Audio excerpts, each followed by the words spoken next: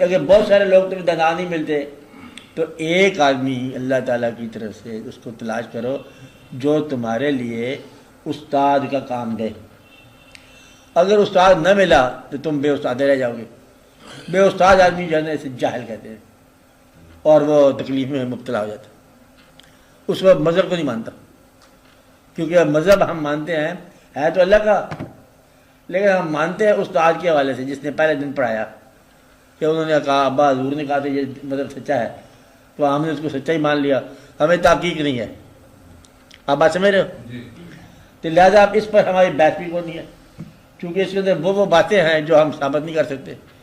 ہر مسلمان جانتا ہے کہ ہمارے مذہب میں ایک بات ہے، کہتے یہ فرمانے والوں نے فرمایا کہ فرشتے ہیں.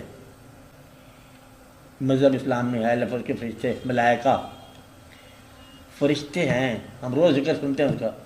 اللہ نے ملائکہ سے کہا میں انسان بنانا چاہتا ہوں، اشرف المخلوقات بنانا چاہتا ہوں. پھر اللہ تعالیٰ نے فرمایا اس کو سجدہ کرو، فرشتوں نے سجدہ کر دیا ابلیس کے علاوہ. اللہ تعالیٰ نے فرمایا فرشتے ہیں. پہلے یار ٹھہرے تو پوچھا تھی اللہ میرے کو فرشتے ہوتے کیا ہیں؟ فرشتے تب پوچھو جب تمہیں اللہ کی سمجھ آئے کہ اللہ کیا ہوتا ہے. نہ اللہ کا پتہ، نہ اللہ کے فرشتوں کا پتہ، نہ یہ واقعہ کہاں ہوا. تو پھر تمہیں یہ بات سمجھ نہیں آئے گی کہ ہے کیا، ليلۃ القدر کیا ہے، فرشتے کیا ہیں، جبریل امین کیا ہے، اسرائیل کیا ہوتا ہے. حالانکہ اسرائیل کو روز دیکھتے ہو تم. اگر کسی کے گھر و جنازگاہ کے ساتھ ہی یہ اسرائیل کی کارروائیاں روز ہی ہیں. ہر روز دن میں 70 مرتبہ جو کوئی جاننے والے ہیں، کارپوریشن کا بھی آپ نے ملازمت کی ہو کسی نے سے، ڈیلی جو ہے وہ کتنے سرٹیفکیٹ دینے پڑتے ہیں، ڈیتھ سرٹیفکیٹ کتنے ہوتے ہیں جی آپ بتاؤ ہمارے ساتھ کتنے ہوتے ہیں. آپ سے لاہور میں کتنی ہوگی گنجائش، جاننے والوں کی تعداد کتنی ہوگی؟ وہ 250-300 لگاؤ جی، زیادہ ہی لگا دو.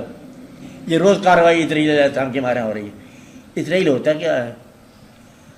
ابا حضور کون لے گئے، امی جان کو کون لے گئے، دادی اماں کون لے گئے، اسرائیلی آتے نظر نہیں آیا. وہ نظر ایک دفعہ آتا ہے، اس کے بعد نظر کچھ نہیں آتا. مانتے ہیں سر آدمی لیکن دیکھا نہیں. آپ سمجھ رہے بات؟ اب اس کو ہم نے مان لیا کہ ہے، دیکھے بغیر. کیوں مان لیا؟ کہ فرمایا گیا کہ صلی اللہ نے فرمایا. اللہ کو ہم نہیں جانتے. پھر ہم نے یہ کہا کہ یہ فرمایا حضور پاک صلی اللہ علیہ وسلم نے کہ اللہ ہے. ہم نے کہا اللہ ہے. کیوں کہا؟ کہ آپ جو فرماتے ہو ہمیشہ وہ سچ ہی ہوتا ہے. تو ہم نے آپ کو سچا مانا. ہم نے کہا ساری دنیا نے مانا. آپ کو بات سمجھ؟ جب تک سچے کی بات کو نہ مانا جائے سچ کیا ہوتا ہے؟ پھر تو بحث ہی ہوتی ہے. تو لہذا جس آدمی کا خدا پر بھروسہ گیا نا وہ پھر بھی مسلمان ہو سکتا ہے. جس کا حضور پاک پر بھروسہ چلا گیا پھر اس کو کیا رہ گیا؟ اب یعنی کہ ماننا اب جو فرمایا حضور پاک نے وہ صحیح ہے، اور ان کے فرمائی ہوئی بات کو کنوے کرنے کے لیے ان کے جانشین اور ان کے چاہنے والے ہر دور میں رہے ہیں. اگر کسی دور میں آپ کو ایسا آدمی نہ ملے تو آپ ہی اس بات سے معروم ہو گئے. وہ بات تو چل رہی ہے، وہ تو غائب ہونے کا سوال ہی نہیں پیدا تھا کہ وہ واقعہ نہ ہو. ہر دور میں وہ زندہ ہے. آپ سوال جہاں یہ پتہ ہوتا ہے جی دیکھتے ہیں 2 آدمی ہیں، وہ بھی بتا رہے ہیں وہ بھی بتا رہے ہیں، ہم کس میں جائیں؟